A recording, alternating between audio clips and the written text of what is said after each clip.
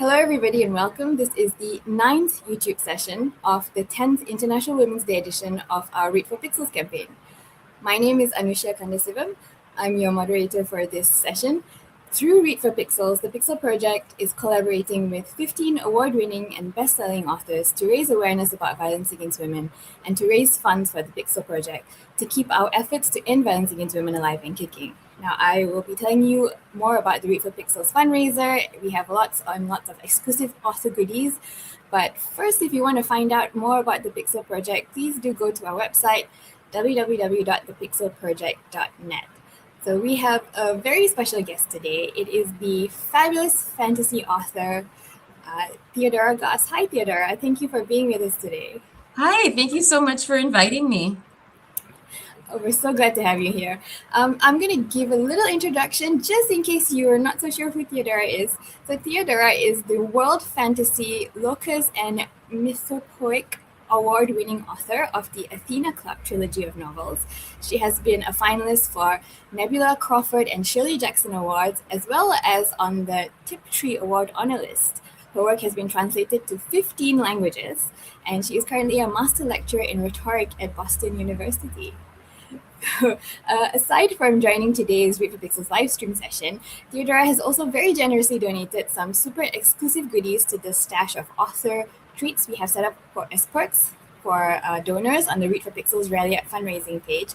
Now, all the goodies are gone, but I'm just going to tell you what Theodora has given. So there are two different sets. One is for US donors only, which was 2 copies of the paperback edition of Letters from an Imaginary Country. That's the book over there. That's so cool. Which Theodora will sign and personalize for you. So 2 very lucky Read for Pixels donors have got a book each. And the second set was for donors worldwide, which is something Theodora put together with her publishers Tachyon Books, which is 2 copies of the ebook edition of Letters from an Imaginary Country. And these are also gone. So thank you so much. But we do have more stuff up on our Rally Up page from other authors. I will tell you more about them later. And we'll share some links. So far, we've raised $3,355 towards our $5,000 goal. So please do give generously before the fundraiser ends in April. All funds go towards the Pixel Project's work to help end violence against women. Now, before we start the reading and Q&A session, I just want to tell you, the audience, you can ask Theodora questions as well. Just make sure you're logged onto your YouTube account so you can type your questions into the chat box. And Xiaojin, who is today's producer and chat box moderator, will relay the questions to us, and I'll read them out loud for Theodora to answer. Okay, so Theodora, I understand you have 3 poems to read for us today. Yeah, and I just wanted to say hi to everybody and also say, please excuse my voice. It's a little bit scratchy. I've been a little bit sick, so I'll try to read as clearly as possible, but forgive me if I cough a little bit or something like that. Hopefully it'll go away soon. It's all right. So take it away, just go for it. Okay, so I'm going to read 3 poems, and just in case you don't like poetry, I will tell you that these are 3 little stories. So if you're not a big fan of poetry, then you can just think of them as little stories. And each poem is about a woman of some sort. The first one is called Medusa Gets a Haircut, and these are from my previous short story collection, The Collected Enchantments. So this is my previous collection. Here's the first one. Medusa Gets a Haircut. On the one hand, they had been her friends for so long, whispering in her ears, telling her stories, reciting poems, not just the sorts of things you would expect, Sappho and Hesiod, but Auden, Eliot, Yeats. They liked the modernists, and Sylvia Plath, Adrienne Rich. They were eclectic in their tastes. Sometimes they had sung to her, only a little out of tune. But Perseus never liked them. He said they were distracting, that she was always listening to them instead of him. Did she like them more than she liked him? They were implying things about him, weren't they? Anyway, although he loved her as she was, of course he did, otherwise, why would he be with her instead of Andromeda? In a relationship, everyone should be willing to compromise. So She compromised. Anyway, the pixie cut was in fashion. Everyone wanted to look like Audrey Hepburn. She went to a veterinarian. After all, she didn't want to hurt them. Yes, other women go to a hairdresser, but what would you do when you have snakes for hair? He removed them gently, under topical anesthesia. She said goodbye to them reluctantly. They were going to some sort of sanctuary for abandoned reptiles. The silence was disconcerting.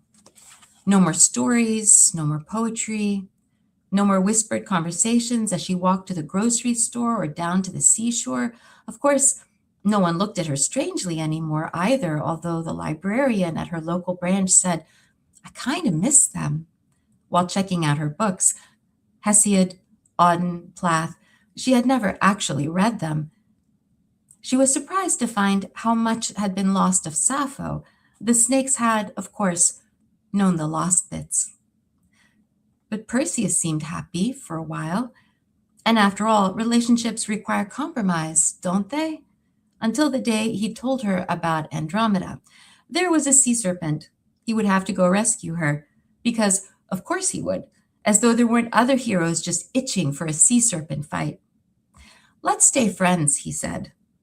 She sat in front of her mirror, staring at where the snakes used to be, thinking that she didn't look much like Audrey Hepburn after all, just some girl who once had snakes for hair and no longer did. Then she noticed something small, wriggling.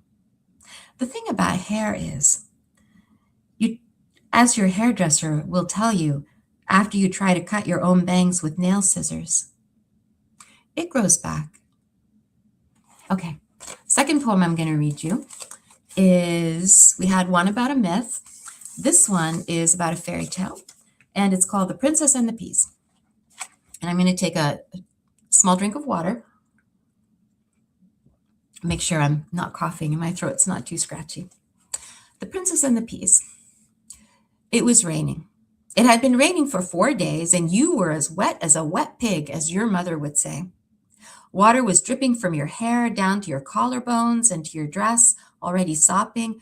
Rags, really, regulation wear for a pig girl. At first, you didn't realize it was a castle, and when you did, what of it? A castle was as good shelter as any other. When you knocked on the door, the footman, to your surprise, said, "Are you a princess? They're looking for a princess in here."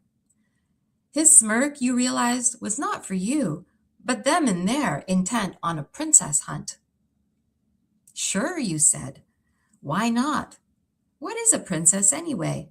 You were the princess of a hovel, a field of mud, a pigsty, a herd of porkers, daughter of the pig queen of a village too small to have its own name, less or something. What is a princess anyway? Someone who sleeps on a feather bed, evidently. Make that 14 feather beds. The queen looked at you askance, of course, with your rags and hair dripping, bare feet muddy from trudging through what the rain had made of the roads. But royalty, once they've given their word, seldom go back on it, seemingly. You said you were a princess, so you got the feather beds. Of course it was a test. What isn't in this life? You had known that as soon as the footman looked at you sideways. You knew it twice as surely when the prince looked at you sideways. He was a scrawny kid. The pigs would have made quick work of him. But what was the test? It had to be about the feather beds. That was the only strange thing in the room, which was otherwise perfectly ordinary. Well, for royalty, that is. Bigger than your hovel, about as big as your hovel and the pig field, but with no pigs in it. You didn't miss them. The water in the bath was hot and scented. You emerged from it hot, scented, and as pink as a newborn piglet. You were surprised to find that your hair was blonde, and actually rather pretty. It was nice not to be quite so muddy for once. The nightgown was soft and white, pure linen. You had never felt anything like it before, never having had a nightgown. You quite liked it. So what was the test? It took you a while to find the peas, but not too long.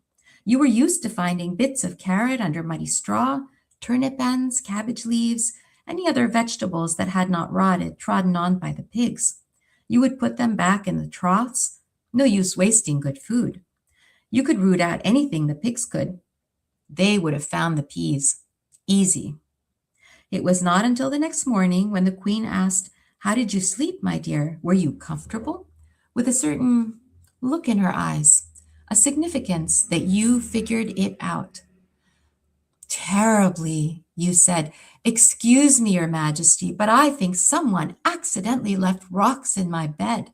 I am, of course, grateful for your hospitality, but I could not sleep a wink." There was something in the way she looked at you, a small, satisfied smile that clued you into what was going on. The weak prince, the queen who was looking for not a princess, but someone clever enough to solve her riddle. The right girl for her son, the right girl for her throne. What is a princess anyway? A girl that people bow to and call princess. They gave you fine clothes, silk, of course, and ermine. They give you a crown with a pair of matching earrings, diamonds and pearls. You considered for a while whether to stay or abscond with the jewelry, but the queen, looking at you approvingly after the ladies in waiting had finished their labor, said, "You know, my dear, before I was queen, I was a shopkeeper's daughter.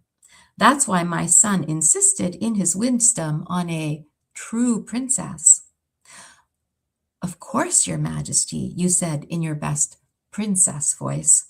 "I understand completely. Anyway, why shouldn't you be queen?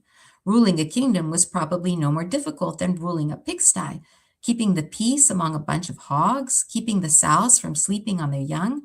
By and by, you would inform your mother that she was now the queen of a faraway kingdom called something like Porcinia. You would bring her to court, give her the comforts she'd never had. Yes, Ma would like that, especially the baths. Your children would be heirs to the throne, and by the look of the prince, you would be the power behind it, eventually regent. Not bad for a pig keeper's daughter who had set out into the world to make something of herself, saying to her mother, "Give me your blessing, Ma. I'll be somebody someday. Watch me." All right, one more poem. This is the last one, and it is called The Dragons. Let me take a drink of water, and this is how it goes. One day, the dragons came. It was on a Tuesday, she remembers. It was the sort of thing that would happen on a Tuesday, which is an unsatisfying sort of day, not the beginning of the week, not the middle, without the anticipation of a Thursday, a troublesome sort of day. And there they were, sitting on the back porch railing where she had hung boxes for geraniums that summer.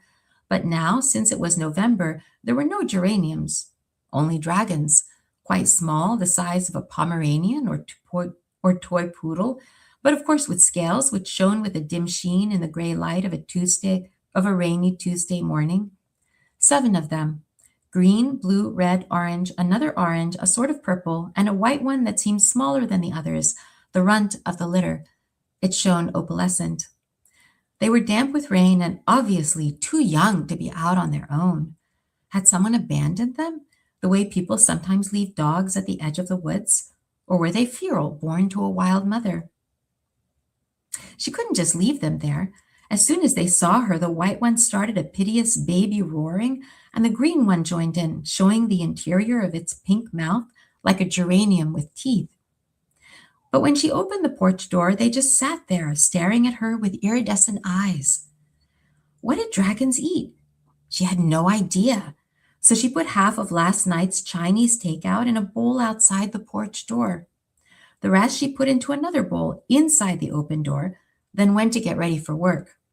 By the time she returned in her suit and sensible pumps, they were curled up on the sofa, already asleep, except for the blue one, which hissed at her, not in anger, she thought, but simply to let her know it was there.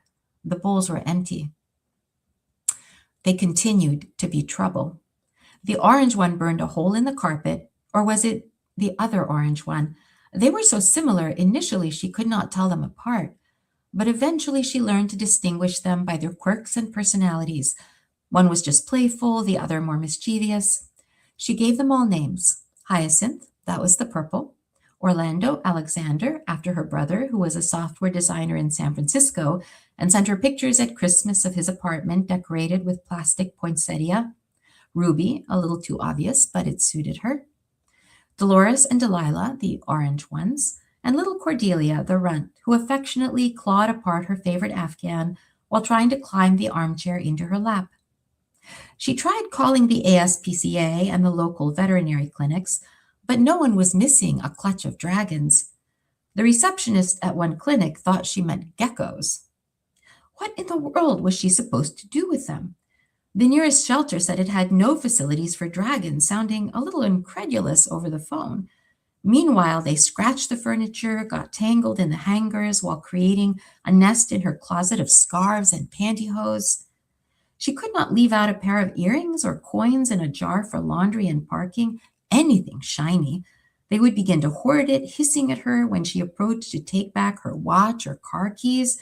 Her bills for Chinese takeout were astronomical. She took sick leave when Orlando and Alexander both caught pneumonia and had to be nursed back to health. She finally found a vet who would treat dragons, a younger guy trying to establish a practice. I'm not sure about dosage, he said, as he gave her a prescription for antibiotics, about the same as for a golden retriever. But it's just a guess. Aren't they getting a little big for a place of this size? Excuse me. And she had to admit he was right. Now, when Ruby curled up next to her as she watched Casablanca, the red dragon took up half the sofa. Her sort of boyfriend, Paul, who worked in the tax and bankruptcy group, started complaining. She understood his perspective. The dragons had never liked him. Hyacinth always bellowed when he came over. Delilah peed on his baseball cap, and Dolores chewed a corner of his briefcase. They're dragons, he told her. They're dangerous. What if they bite someone? You'd have a lawsuit on your hands. I really don't know why you keep them around. Probably because they were warm at night, piled on her bed, with Cordelia's silky muzzle tucked under her chin. Whenever she got home after a long day at the office, they greeted her, trilling in unison. They never told her that her hairstyle didn't fit the shape of her face, or she really should lose a few pounds, unlike her mother. They never asked her to file incorporation documents yesterday, or talk to her for an hour about baseball while she was trying to listen to NPR. Anyway, who would take them, all 7 of them? Dragons don't make good pets, and she hated the thought of separating them. They needed each other. Finally, she moved to a lighthouse in New England. She saw the advertisement, lighthouse keeper wanted, must be willing to live on an island off the coast of Maine near Portland, competitive salary. The ferry comes twice a week. She can take it to Portland if she wants to, but it brings everything she needs, from light bulbs to chocolate chip cookies to art supplies. Sometimes she goes just to get Chinese takeout. The dragons have learned to fish and fend for themselves. She watches them flying up in the sky like kites when she goes on her morning walk collecting shells and bits of sea glass. Mostly they stay outdoors, but Cordelia still sleeps in the bed beside her at night, stretched out on the blanket. She has not grown much larger than a Great Dane, although Alexander is now the size of a Volkswagen Beetle. On sunny mornings, she finds them lying on the rocky shore like seals, shining in the sunlight. On rainy days, there's a cave on the other side of the island, although Dolores curls up in the lighthouse itself around the beacon. On stormy nights, she's seen them guide a ship to shore, which seems an unusual behavior, but dolphins do it, so why not dragons? She started painting again the way she used to when she was a teenager, before her father told her to focus on something more practical. Her canvases sell in a gallery and on her website. Mostly, she paints the dragons, rolling around in the waves, lying on the shore, cavorting above in intricate arabesques, as if they knew she was sketching below, showing off for them. She doesn't make as much money as she did at the law firm, but then, on the other hand, she has dragons. And that's it. That was so great. All 3 poems are so fun. Thank you. Thank you. Especially the first one with a lot of red flags right immediately. Partner. Yeah. If your boyfriend tells you he doesn't like your snaky hair, bad sign. Yeah. All right. So we're gonna go straight to the questions.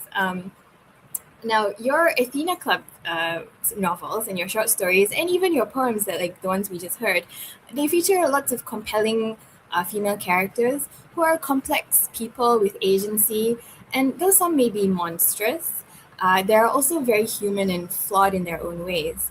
So, who or what are your inspirations for your female characters? Oh my gosh. So many. I mean, obviously one is women I know in real life because we are complex, we are flawed, we are real. We can be monstrous in our own ways, and by monstrous I mean um, the way that female characters are monstrous in old monster novels. So, my original inspiration for the Athena Club novels was that I was doing a PhD and I was writing about monster texts. And I realized that 19th century literature has a lot of female monsters in it. Um, and the one distinguishing characteristic of these female characters, characteristic of these female monsters is that they are really, really dangerous and so dangerous that they have to be killed off. So if you look at the endings of 19th century texts with female monsters in them, the monsters basically always die. And the Athena Club novels, they focus on five unusual women. So we have Mary Jekyll and Diana Hyde, and those are characters that I made up. I sort of added them to the monster pantheon. But the other ones, Catherine Moreau is actually based on a character who doesn't really say anything. She's a very small character in The Island of Dr. Moreau, but she is killed off. These aren't really spoilers because they're not huge parts of the novels. We have Justine Frankenstein, and she's based on the female monster that Victor Frankenstein never actually creates in his novel. She's considered so dangerous that he can't even create her. And then Beatrice Rappaccini, and she's based on a story by Nathaniel Hawthorne. And Beatrice Rappaccini is an absolutely fascinating character, but again, she doesn't come to a very good end.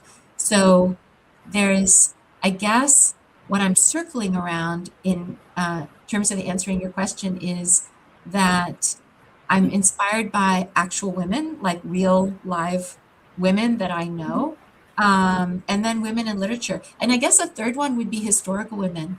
I love reading about women authors, women explorers, all the women artists, all the fabulous things that women have done.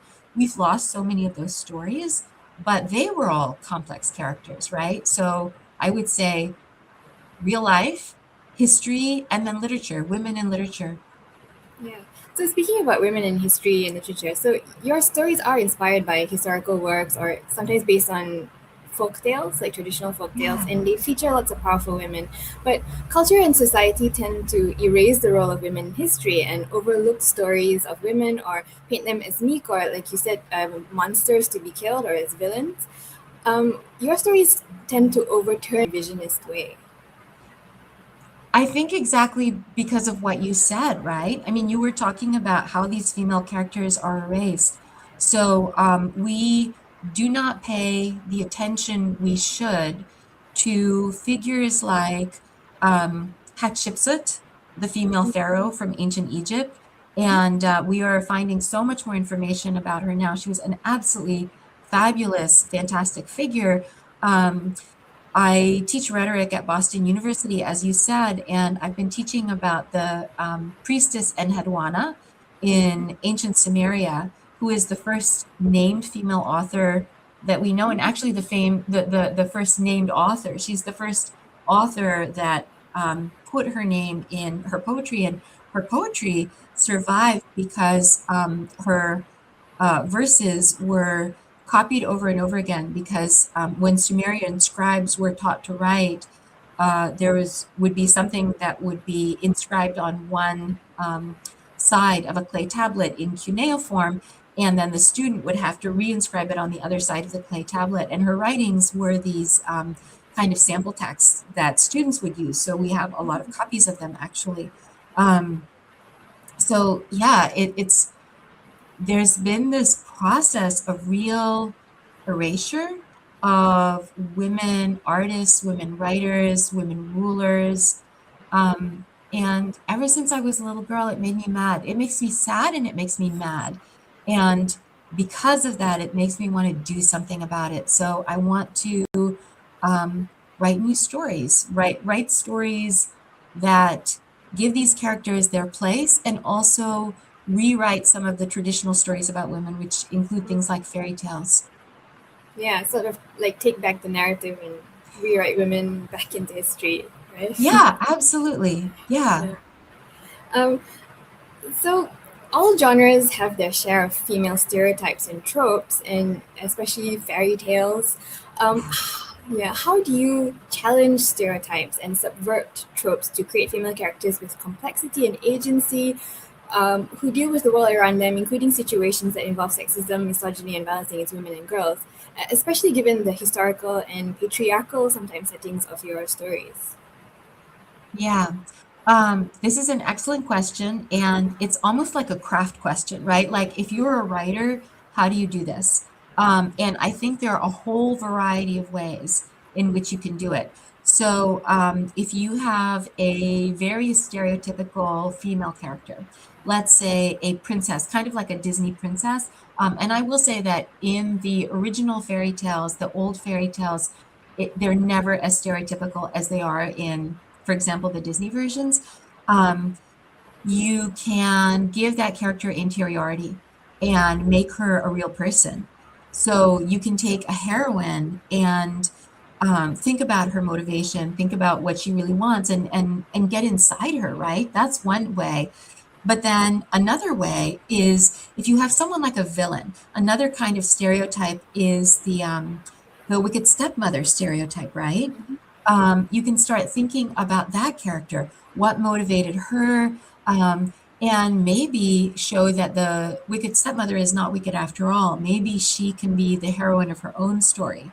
Um, I think there are a lot of different ways that we can challenge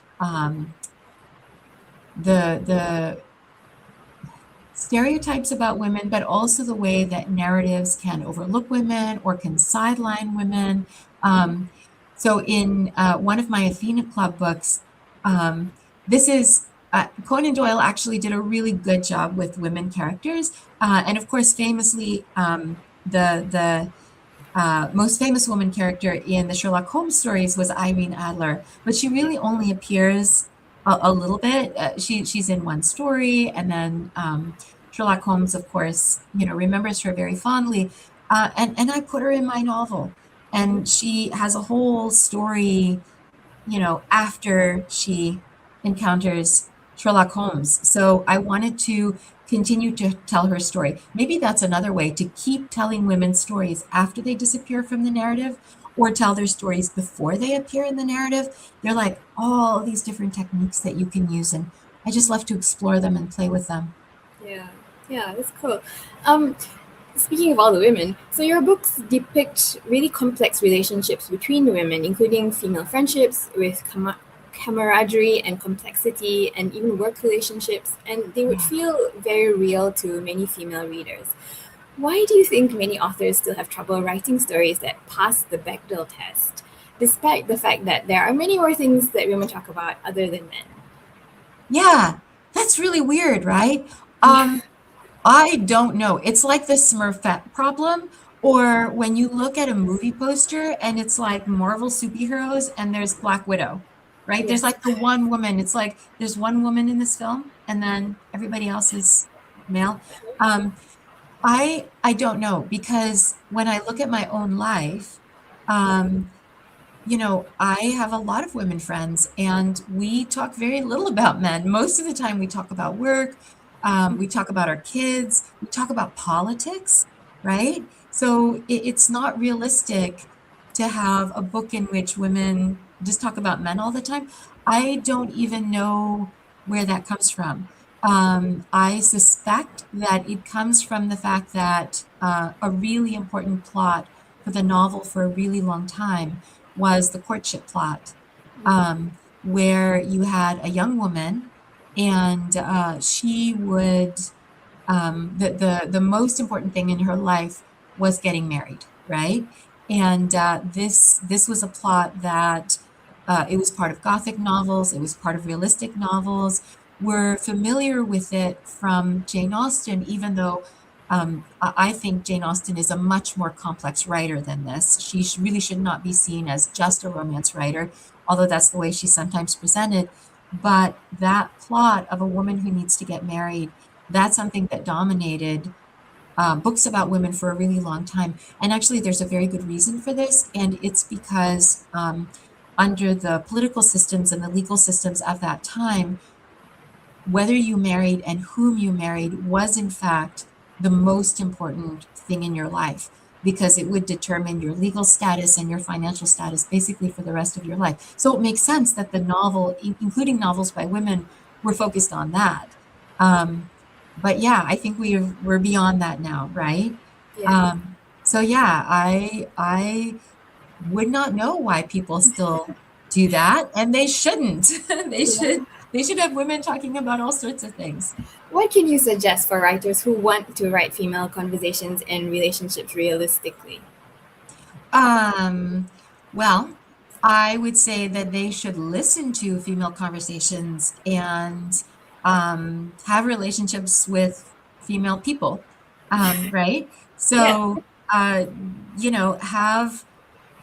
have really good, honest conversations with women and try to understand them. And I would say this is actually a really good exercise if you're talking to a young writer, whether it's a male writer or a female writer, because one of the things that serious writers need to get past is that we have all of these structures that have been put in our heads by literature, and we tend to write cliches. And it takes a while. We've got to write those words, we've got to write those cliches out of our system, and we've got to try to get to the point where we're listening to people and we're understanding them and we're writing about people. And there was a writer named Charles Grant who came to a writing workshop that I was in that told me something that I remember to this day. It's excellent writing advice. And it's specifically for writers of fantasy and science fiction. He said that anything that is a character in your story is a person. If you've got dragons in your story, your dragons are people. If you've got a talking spaceship in your story, your spaceship is a person. And you need to treat all of those characters with respect as people who have their own thoughts, their own desires, and you as a writer want to try to get into those, like, if it's a little more difficult maybe if it's a talking spaceship, but you need to try to figure out what a talking spaceship would be like. But in terms of getting to know women and writing women characters, get to know women, get to know real, actual live women and talk to them in a really honest way. Yeah, that's a good tip, especially treating all your characters as actual people. Yeah. Yeah. All right. So we've been talking about women. Let's talk about men. Uh, there are misogynistic characters in your books, but generally the male and female relationships between the main characters are quite equitable, and some of your male characters are respectful of women and their thoughts and their decisions. Do you think reframing how stories describe men away from hostile and toxic stereotypes towards complexity and even vulnerability can be one of the ways writers can break away from these tropes that promote toxic masculinity and the dehumanization of women? I think that is absolutely crucial. And one of the things that I think we have to do both in literature and in real life is understand that men and women are partners in this world. We should be partners. Um, and the best way to liberate women and the best way to liberate men is for us to work together and recognize our common humanity. And so I would say, it's the same for um, the men in our lives, whether there are, sons or fathers or brothers, the men we work with. For me, my students, My male students are brilliant and my female students are brilliant. And it's there's so much creativity, so much humanity, so much empathy among my particular group of students that I see. Um, it's it's kind of weird to think about men and women in did I say that right? Stereotyped terms. Something about that is like she sells seashells by the seashore, and it sounds kind of weird. But yeah, if you get to genuinely know people, Mhm. and yes, there are people out there who are, you know, doing bad things. I would never deny that. And I've written villainous people, and I've written people who are genuinely treating other people very badly. One of the hard things about that as a writer is that you have to kind of try to understand them and where they're coming from, even though you would never endorse what they're doing, in order to represent them realistically. But I think that it's really important not to demonize women in novels and not to demonize men in novels, and recognize that both genders are capable of behaving in bad ways and, of course, behaving heroically, selflessly, empathically, compassionately, etc. We're all capable of being good human beings, and I hope we all try to, well, let's all try to be. Let's just say, let's all try to be. Yeah, you're right. The world is made up of all kinds of people. So I suppose it's also writing about the good men that Yeah. yeah, they Yeah, deserve and I an mean, that's example. just realistic, right? There are so many good men in the world, and Yeah, brave and heroic and helpful and kind. And so to not include that in a book would misrepresent humanity. yeah, you're right. Okay, we have a pretty interesting audience question that I'm just gonna get on right now. Put it up on screen. So thank you very much for your question, Earl Dumares, 234. The question is: since you travel between two cities and two cultures these days, how does it affect your writing or idea generation process? That is a really good question. Um, wow. Um, I think it does. And I think that there, one part of this is that those two cultures, so I live in Boston, but I spent part of the year in Budapest, and I was actually born in Budapest. And I spoke Hungarian fluently until I was 5 years old, and then my family moved to briefly to Italy and then to Brussels. I spoke French for a little while, and then we moved to the United States, and I learned English when I was 7. Um, and so part of this is it's not just traveling between two cities, it's that I've always lived between two cultures. So I've always felt as though I was in this kind of liminal space.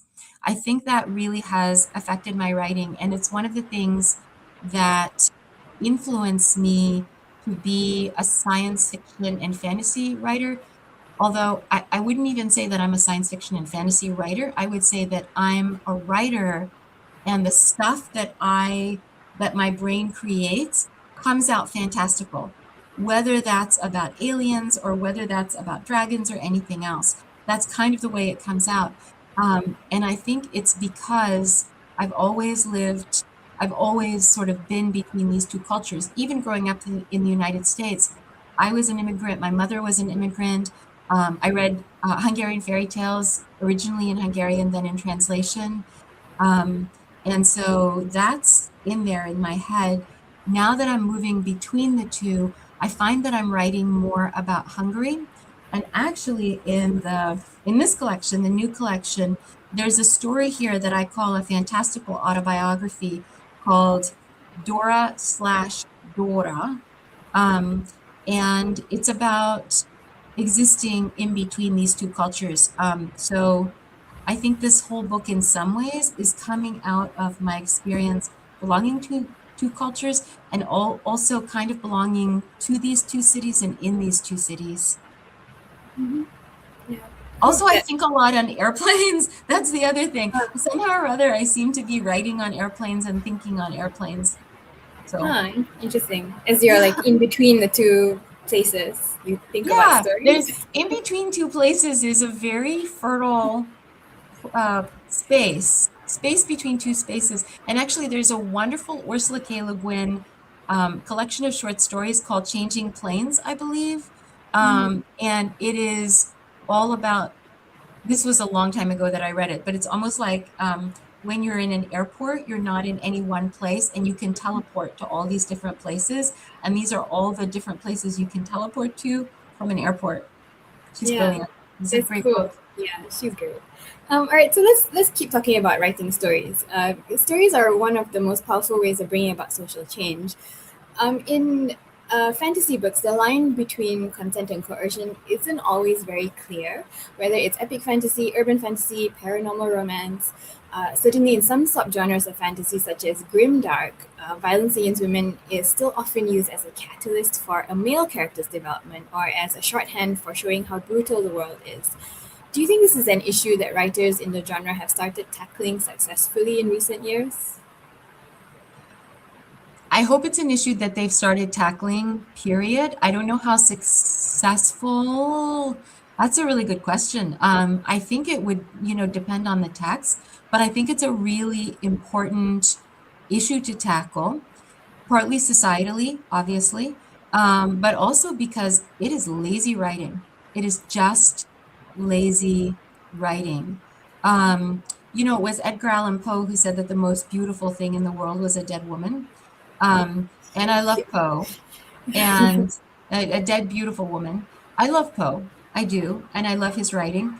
Yeah. But um, there is a way in which we aestheticize um, dead women. We aestheticize violence against women. We use it as a kind of trope. Um, and I think in modern writing, it's lazy. Um, and it's something that should be questioned. I don't know how good of a job we're doing. I think it's an issue, certainly among the writers I know, in that we tend to be very aware of it. Outside of that circle, I'm not sure, but I think it's something that societally we're more aware of. In that, among the writers I talk to, and I do talk to a fair number of fantasy and science fiction writers, it is it is a thing that people discuss, and the people who teach writing, and I'm one of them, we talk about it. We talk about it as an issue in terms of learning to write better, and be better. Well, let's take an example from your books, because like in the Athena Club, there, all those women are their lives are sort of shaped by, or even literally created by toxic men, or shaped by some kind of violence very early on. But Yeah. your books don't feature violence on the page itself.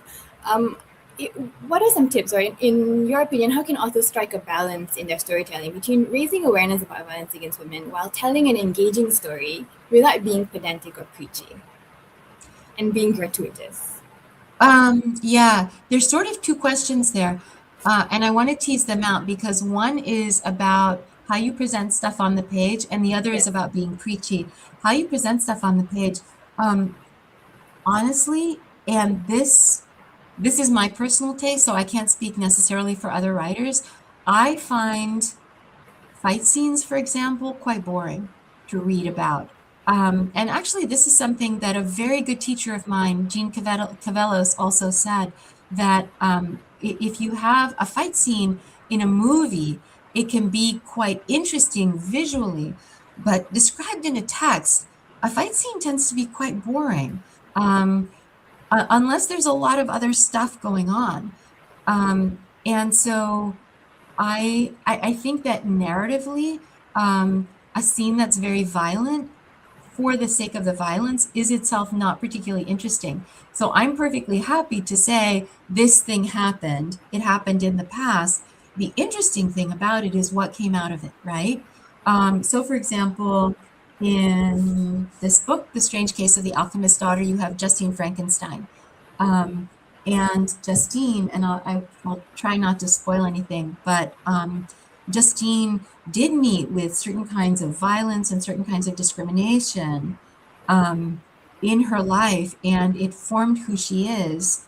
And I wanted to describe some of it, but I did two things, I guess. One is that I didn't describe a whole lot of it, but also I described it in her voice. So she is telling the story, and she's telling as much of the story as she is comfortable telling. And even she's not that comfortable telling it at that time because it affected her so deeply. She tells what she needs to tell to the other characters. Um, and then um, the important thing and the interesting thing for me is what she makes of that and what she becomes, partly because of it, but partly in spite of it. So I think that's possibly one way to think about it. The other question, the other part of the question is how do you make a point without being preachy? And I think that when it's really, really clear what you want your reader to think, that's being preachy and it's not going to work. So even as a writing technique, being preachy generally does not work. If you want to make a point about something, I think what you need to do is present the situation. And the way that you present the situation can get your point across without having a thesis, having like, here's the statement that I want to make in this particular book. I mean, I think that in the Athena Club books, simply the fact that I was writing the stories of these female monsters said that I thought those stories were worth telling. I thought that these particular characters were worth thinking about and caring about in a way that they hadn't been thought about and cared about in the original text. And I didn't need to sort of highlight that point. I didn't need to have a moral to the story, right? Yeah. So I think the most powerful thing we can do is tell a story. And also the most powerful way we can tell a story is to present a character so clearly and compellingly that the reader will feel something for that character. This reminds me of Thomas Hardy's Tess of the D'Urbervilles, which was a really scandalous story for the Victorian era. People were like, "Oh, Tess is a fallen woman. This is terrible. You shouldn't write about this." And he wrote about her, and he was like, "No, something happened to her, but she is innocent."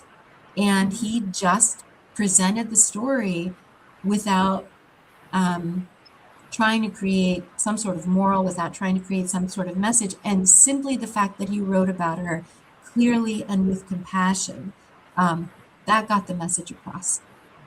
Yeah. Okay. Good points. Good tips. We are heading towards our last 2-3 questions now. So for anyone in the audience, there's still a little bit more time to ask your questions. Put them in the chat box and I will read them out to Theodora. So let's go to a question about geek culture. So geek culture in general, including science fiction and fantasy, has had its share of critics saying that it's still too male-dominated, though there are a rising number of prominent, well-respected, and well-known female authors. Plus, there is still plenty of hostile, misogynist, and sexist behavior by male geeks towards female geeks. What do you think needs to be done to make geek culture as a whole, whether it's books or comics or gaming or even cons, more welcoming for women and girls? What do you think of as geek culture? Because I feel like how would you define geek culture? Well, to be fair, geek culture can be very wide, right? So let's Yeah, talk about that's what I'm yeah. thinking. let's narrow it down to like fandoms. So Yeah. science fiction and fantasy fandoms, book fandoms, gaming, comics, people who go to cons, in situations like that. Yeah. So what can be done to make it more welcoming to women? I think that we're talking about a lot of different spaces. And so it really depends on the space, right? Because there are spaces that are very welcoming to women. There are, in fact, fandoms that are primarily women. So it really depends on what you're talking about. I there are subsets. There are subsets of fandom, spaces that are not necessarily welcoming to women, where you do find misogynistic messages. And honestly, I think the one of the most powerful ways to change that is to work with allies, male allies, and work with them to try to change those particular spaces. Um, and what I'm thinking of are things that I will say I have not experienced this personally, because the spaces that I move in, the conventions that I go to have always been very welcoming to women. So shout out to Boscone and ReaderCon. These are wonderful conventions. But we have had like the Gamergate controversy earlier. This was a few years ago, but things like that have happened. It's always really unfortunate. Um, I think probably the thing that helps change perceptions most of all is that the science fiction and fantasy community as a whole tends to be very welcoming, very open, very empathetic. Um, and what stopped some of these things in terms of what I saw were people online or people in some of these spaces sort of banding together. And it was women calling people out, but then it was men as well, right? So allies, getting allies. Because science fiction and fantasy, our community has wonderful, wonderful male writers, male fans, male editors, and male publishers. And so all of those people getting together and saying, this is our community, and we have certain values, and those are not our values. We want diversity, we want inclusion, we want compassion, and we want to create a community that includes everybody. So I think sort of the power of the people, in a Yeah. way, to get together and to say, this is not what we want in our community. I think that's the most powerful thing that I've seen Yeah. change situations. Yeah. Right. All right. So we've been talking for almost an hour. I'm up down to my last two questions now. You, Theodore, have been so very incredibly supportive of our Read for Pixels campaign, our anti-violence against women work as a whole. This is a bit of a Captain Obvious question but we ask all the authors we have on this question. Why do you support the cause to end violence against women? I think that's the easiest question, right? I mean, doesn't everybody, I wish everybody supported this cause.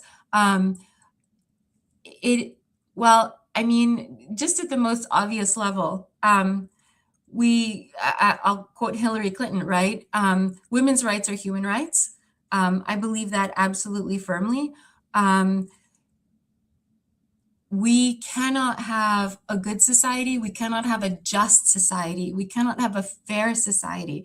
We cannot have the kind of society that I hope we all want to live in, with violence against women, with discrimination against women, with unfairness in gender relations, with hierarchy within gender relations within society, within employment, etc. You know, the one of the most important things to me personally is the welfare of children. And one of the things that I've been focused on recently is the welfare of girls. Obviously, I was a girl. I have a daughter. This is something that touches me deeply. And we are currently living in a society in which the things that are happening politically, the damage, a lot of the damage is falling on girls and women in Ukraine, now girls and women in Iran, I would say Israel as well, in the Middle East, in Gaza, wherever war is happening, the violence and the damage tends to fall disproportionately on girls and women. And so that is, you know, whatever we think about various conflicts that are happening all over the world, just in general, in situations of war, in situations of conflict, that is what I see happening. And it just breaks my heart, basically. What do you think authors can do to help with the cultural change needed to eradicate violence against women and girls? So I think that stories are powerful. We often think they're not powerful. I think they are, in fact, very powerful. And what we need to do is change narratives. I teach a class on rhetoric, and what rhetoric is communication, and it includes storytelling. And the world that we have, the world that we live in as human beings, is not just a world of things, right? Walls and floors and trees and cars. It's a world of ideas. We live in a world that is created out of stories. Stories about government, stories about laws, stories about rights, stories about money, stories about family. These are all these things that create the world that we live in, the civilization, the human world that we live in. So I think that writers, what they need to do is somehow write the stories that are in them, but change the narrative. And I think writers can do that. I think they can do that through stories. Stories affect how people think. They affect how we approach the world. There's actually something called the Will and Grace effect. When the television show Will and Grace came out, it started to change people's perceptions about homosexuality, about queerness, etc. And that's the power of a narrative. That's what a narrative can do. So that's, I think, as writers, this is what the power this is the power that we have. It's the power that determines how people think and approach the world and life and government, etc. So, yeah. Yeah, that's a good answer. And doing things like this, I suppose, like you being here today, Theodora, and talking about all of this also helps, right? So A I'm little gonna, bit, tiny bit. yeah. We try, right? Yeah, I'm going to put myself back on. Hi, everyone. So we're at the end of our Q&A session, and thank you, everybody, for asking your questions. And there's been a nice conversation going on in the chat group, in the chat box. Hi, Jen. Thanks, Theodora, for answering all our questions so brilliantly. Now, I'm going to tell you about some amazing authors swag that we have. So besides her time today, Theodora has generously donated some stuff, but all her goodies are gone. They've been snapped up. But there are still other stuff available on our Rally Up fundraising page. So let me tell you what they are. We have goodies from authors and publishers, including Charlene Harris, Carrie Vaughn, Dorothy Coomson, Eden Royce, Genevieve Finn, JC Cervantes, Karen Odden, Kelsey Yu, Christy Bartkolski, El Penelope, Laurie R. King, Liba Bray, Linda D. Edison, Nicole Kurtz, Primi Mohammed, so many, and Subterranean Press. Now, the Subterranean Press books are two very rare collectible editions. One is a lettered edition of Metal and Bone by T. Kingfisher, and the other is a very limited edition of Kushiel's Avatar by Jacqueline Carey. So go and check those out. They are super rare, only available here for the moment.